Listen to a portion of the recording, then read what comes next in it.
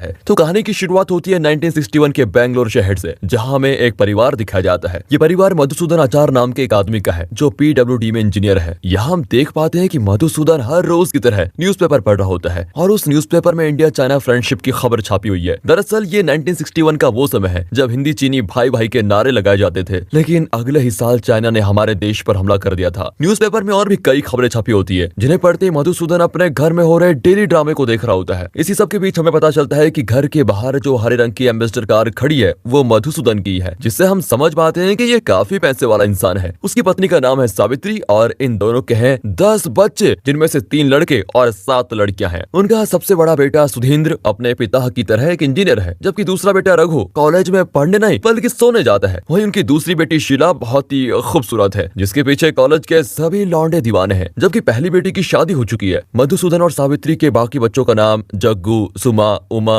लीला, गौरी और सबसे छोटी बेटी का नाम विजया है। इन सभी में विजया को ही इंग्लिश मीडियम स्कूल में पढ़ने भेजा जाता है, जबकि बाकी बच्चे हिंदी मीडियम स्कूल पढ़ते हैं। मधुसूदन जैसे सभी बच्चों को स्कूल छोड़कर आगे बढ़ता है तो जग्गू सबकी नजरों से छुपता हुआ स्कूल से भाग जाता है। अब ये देखकर हम समझ पाते हैं कि उसका मन पढ़ाई में बिल्कुल भी नहीं है, बल्कि वो तो एक एक्टर बनना चाहता है। दूसरे दिन सिनामा नाम का एक आदमी मधुसूदन के बड़े बेटे सुधींद्र के लिए अपनी बेटी का रिश्ता लेकर आता है और जल्दी उनकी शादी भी फिक्स कर दी जाती है। लेकिन अब सुधींद्र इस बात से परेशान है कि मेरी बीवी आखिर दिखती कैसे है, क्योंकि उसने उसे आज तक देखा नहीं। बहुत ही जल्द वो दिन भी आ जाता है जब सुधींद्र की शादी सिनामा की बेटी से होने वाली है। इसलिए वो शादी से ठीक पहले अपने माता पिता से पूछता है कि मेरी होने वाली पत्नी आखिर दिखती कैसे है। इस पर उसके पिता गुस्से में जवाब देते हैं कि सिनामा की बेटी तुमसे कई ज्यादा खूबसूरत है। ये सुनकर सुधींद्र तो खुश हो जाता है कि उसकी शादी एक खूबसूरत लड़की से हो रही है, लेकिन उसकी खुशियों पर उस समय पानी फिर जाता है जब वो अपनी पत्नी की शक्ल देखता है, क्योंकि जिस लड़की से उसकी शादी हो रही है उसके दांत आगे की ओर निकले हुए हैं। लेकिन इस मोड़ पर सुधींद्र कुछ कर भी नहीं सकता, इसलिए वो अपनी किस्मत को कोसते हुए सिनामा की बेटी परमिला से शादी कर ही देता है। इस शादी में 3 औरतें भी आई हुई है जो दिन भर गॉसिप करती रहती हैं और उन्हें अपने मोहल्ले में रहने वाले हर एक शख्स की खबर है। काम ही यही होता है औरतों का। तो इन औरतों के नाम है भारती, भागीरथी और चंद्रावती।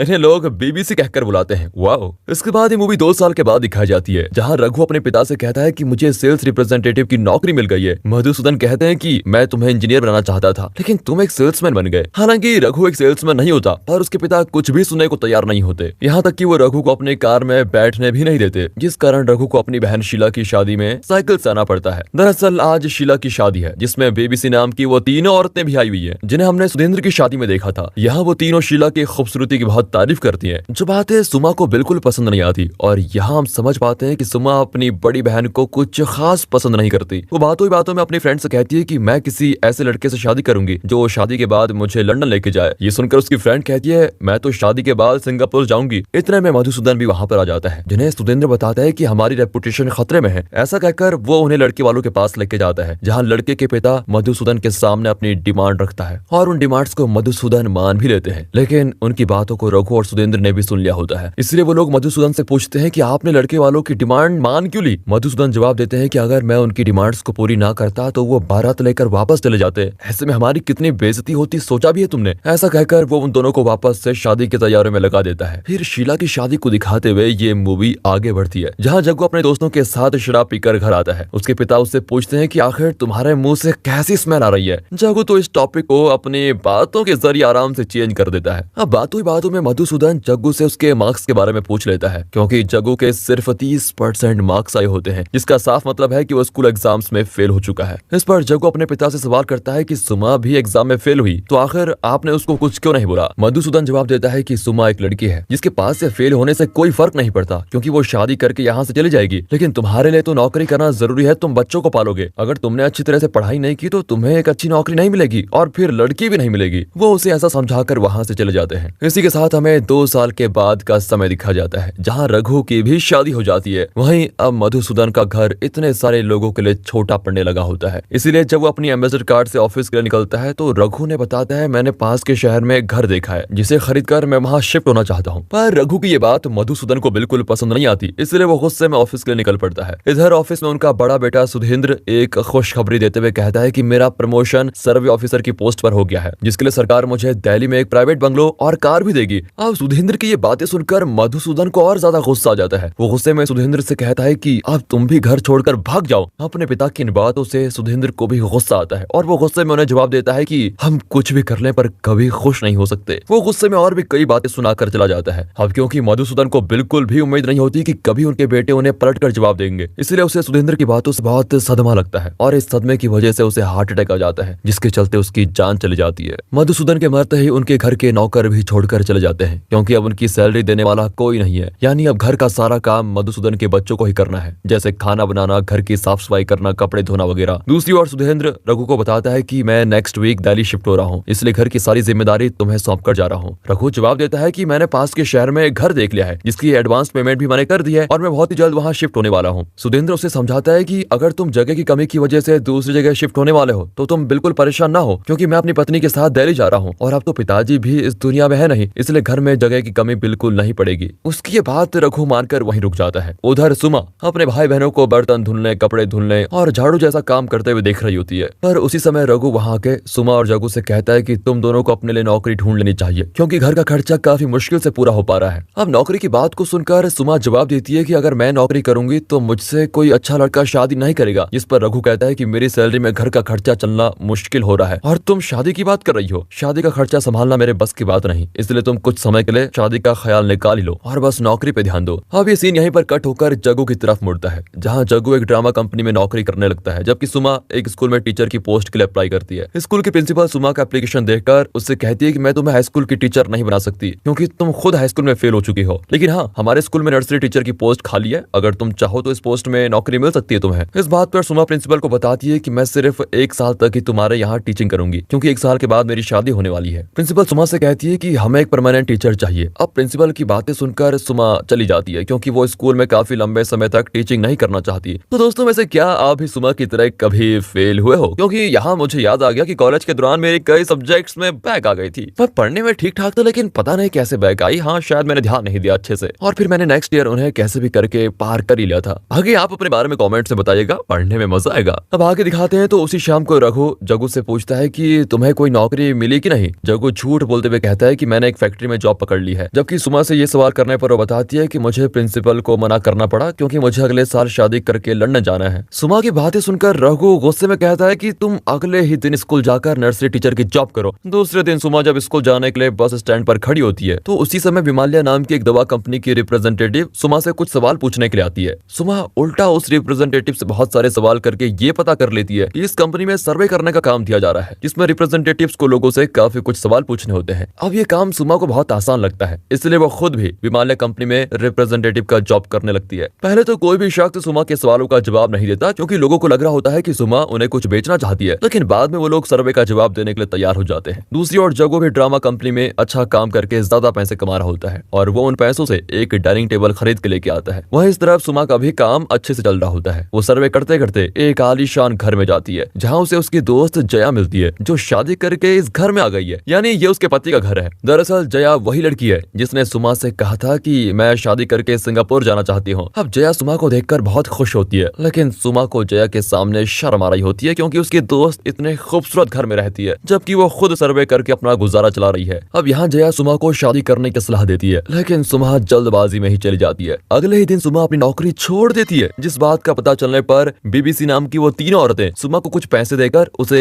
आम का अचार बनाने को कहती है। यहाँ उनकी बातों से हम समझ पाते हैं कि सुमा बहुत ही अच्छा अचार बना लेती है, और अगले दिन हम उसे अचार बनाते हुए देख पाते हैं, जिन सब में उसकी बाकी बहनें भी उसका साथ देती है। इस सब के बीच उसकी बहन सुमा को बहुत से लड़कों की तस्वीर दिखाती है, जिस पर सुमा सभी लड़कों को रिजेक्ट कर देती है, क्योंकि उसे उनमें से एक भी लड़का अच्छा नहीं लगता। उधर रघु अपनी माँ से कहता है कि मेरे बॉस के एक दोस्त का बेटा कॉलेज में एचओडी है और उसने स्नेल्स के ऊपर पीएचडी भी की है, सुमा के लिए वो लड़का काफी सही रहेगा। फिर कुछ दिनों के बाद वो लड़का अपने माता पिता के साथ सुमा को देखने आ ही जाता है, लेकिन जैसे ही लड़के वालों को ये पता चलता है कि सुमा ने अपना हाई स्कूल भी कंप्लीट नहीं किया है, तो वो उसे रिजेक्ट करके सुमा की छोटी बहन उमा को अपने बेटे के लिए पसंद कर देते हैं, क्योंकि उमा होम साइंस से ग्रेजुएशन कर रही है। इसके कुछ दिनों के बाद रघु एक स्कूटर खरीद लेता है, और स्कूटर खरीदने की खुशी में वो अपने परिवार को 5 स्टार होटल में डिनर करवाने के लिए लेके जाता है, जहाँ बातों ही बातों में सुमा और रघु के बीच बहस हो जाती है। सुमा का कहना होता है कि रघु जानबूझकर ऐसे लड़के को लेके आया जिसने हाई स्कूल फेल होने की वजह से मुझे रिजेक्ट कर दिया, जबकि रघु कहता है कि अच्छा तुमने भी तो बहुत सारे लड़कों को रिजेक्ट किया है, और अब जब एक लड़के ने तुम्हें रिजेक्ट कर दिया तो तुम नाराज हो रही हो। वो सुमा से ये भी कहता है कि ना तो तुमने पढ़ाई की और ना ही तुमने नौकरी की, और लड़का चाहिए तुम्हें वो जो लंदन तुम्हें लेके जाए। रघु की ये बातें सुमा को बहुत बुरी लगती है, लेकिन रघु ने कुछ भी गलत नहीं कहा होता है, वो बिल्कुल सही कहता है। अब घर आने के बाद रघु की पत्नी उससे कहती है कि आपने कुछ भी गलत नहीं कहा, पर